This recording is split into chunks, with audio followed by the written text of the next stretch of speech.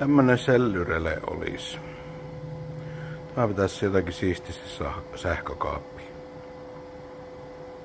Katsotaanpas Pampulapista löytyisikö valmis pohja. Tai alusta.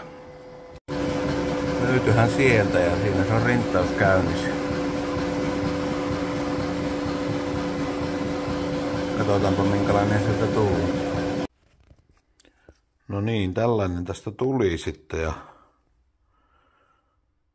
vähän on ihan näpsäkän näköinen vehje, siinä lukee selly päässä ja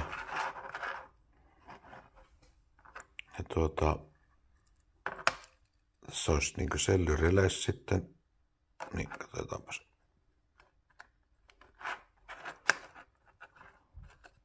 Yhdellä kädellä hankalalla. Täydellisesti istahtaa. Tämä on kyllä hyvä. Aika nätti.